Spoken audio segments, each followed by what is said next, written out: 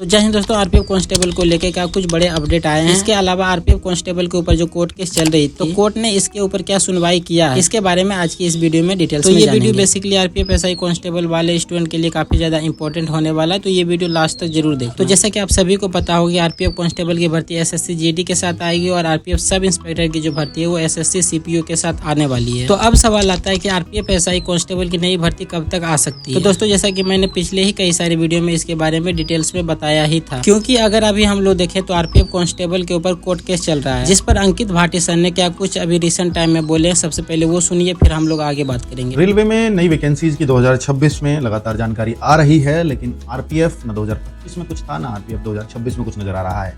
लेकिन आरपीएफ की बात, अगर कांस्टेबल की बात करें तो लग रहा है कि एसएससी जीडी के साथ शायद इस बार आ जाए, एसएससी सीपीओ के साथ शायद आरपीएफ एसआई आ जाए, ऐसी उम्मीदें जताई जा रही हैं। लेकिन वो अगर आया तो हमारा जो डाउट था, हमारी जो समस्या थी, वो चीज है, वहां पर एज क्राइटेरिया भी बदल जाएगा, वहां पर हाइट भी 170 सेंटीमीटर हो जाएगी, जो अब तक 165 सेंटीमीटर होती थी। इसके लिए बच्चों, आपको मालूम होगा कि हम लोगों ने केस भी डाला था, और ये भी डाला था कि भाई पहले तो 3 ही सब्जेक्ट आते थे और अब अचानक से आप इंग्लिश कर देंगे तो बहुत सारे बच्चे वैसे भी अफेक्टेड होंगे, क्योंकि इंग्लिश सीपीओ में आएगा तो आरपीएफ एसआई में फिर इंग्लिश हो जाएगी। तो वहीं पर अगर हम कांस्टेबल की बात करें तो वहां पर हिंदी हो जाएगी। तो हमने इस पर जब केस किया तो 29 अप्रैल हाईकोर्ट में उसकी डेट लग चुकी है, दिल्ली हाईकोर्ट में 10 फरवरी हमने पहली डेट लगी, फिर 17 फरवरी लगी, फिर 24 फरवरी, 11 मार्च, 7 अप्रैल, 29 अप्रैल, और अब जो डेट, क्योंकि बीच में कोर्ट की छुट्टियां हो जाती हैं, तो 30 जुलाई। शुरुआत में तो इसमें जज, कभी उन जज के पास और कई बार जज होने में भी इसमें समय लगा, उन्होंने उनके इंटरेस्ट का केस था तो उन्होंने दूसरे को दिया। अगर हम बात करते हैं बच्चों, सारा पेन पॉइंट क्या है इस बात का, कि देखिए पहली बात तो जब हमने पहले बच्चे लेके गए थे तो उनमें ना तो एक भी बच्चा ऐसा था जिसकी हाइट कम हो और एग्जाम दिया।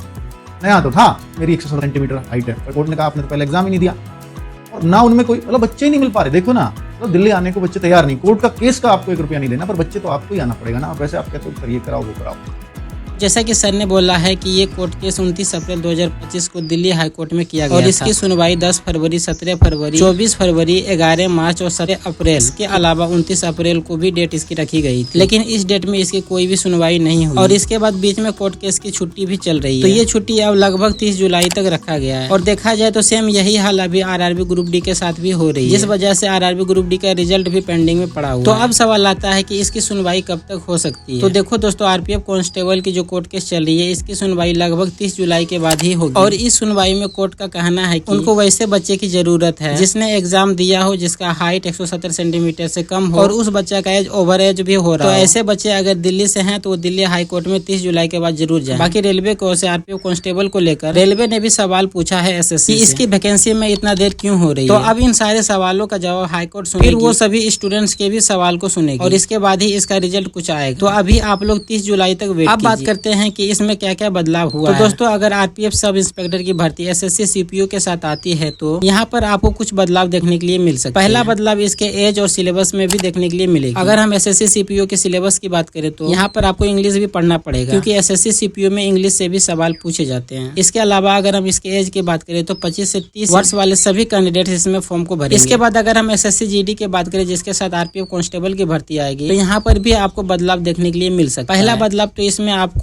एज में ही देखने के लिए मिल जाएगा। अगर एसएससी जीडी के एज की बात करें तो यहाँ पर 18 से 23 वर्ष ही मांगी जाती है, यानी कि 18 से 23 वर्ष वाले सभी कैंडिडेट इसमें फॉर्म को भरेंगे। तो यही रूल सेम आरपीएफ कांस्टेबल में भी लागू होगा, यानी कि यहाँ पर भी आपकी एज अब 18 से 23 वर्ष ही रहेगी, जिसमें एससी एसटी कैटेगरी वालों को 5 साल का छूट मिलेगा और ओबीसी कैटेगरी वालों के लिए 3 साल का छूट मिलेगा। इसके बाद अगर हम एसएससी जीडी के सिलेबस की बात करें तो यहाँ पर मैथ से 40 नंबर के सवाल पूछे जाते हैं, रीजनिंग से 40 नंबर के सवाल रहते हैं, जनरल अवेयरनेस से भी आपको 40 नंबर के सवाल देखने के लिए मिलेंगे। इसके साथ साथ में हिंदी और इंग्लिश से भी आपको 40 नंबर के सवाल देखने के लिए मिलेंगे, यानी कि यहाँ पर टोटल आपको 160 नंबर के सवाल देखने के लिए मिलेंगे, जिसमें आपको टाइम 60 मिनट का दिया जाएगा। आई होप आपको ये सारी चीजें पता चल गई होगी। अगर इसके अलावा कोई डाउट या क्वारीज है तो कमेंट में जरूर पूछ लीजिए। चलिए मिलते किसी और वीडियो में, तब तक के लिए जय हिंद, वंदे मातरम।